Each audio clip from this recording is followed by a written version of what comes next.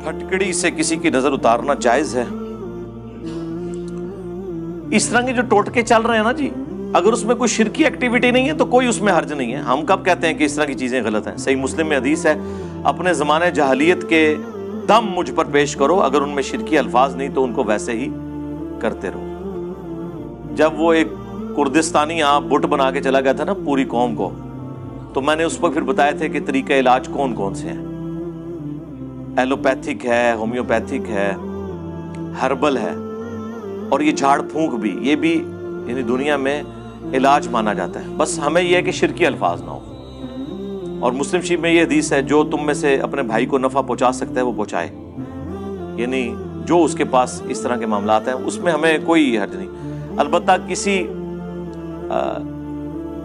दूसरे मजहब की रिलीजियस एक्टिविटी ना हो, सारी एक्टिविटीज मना नहीं है, रिलीजियस एक्टिविटीज, और शिरकी अल्फाज ना हो तो आप करें, कोई मसला नहीं।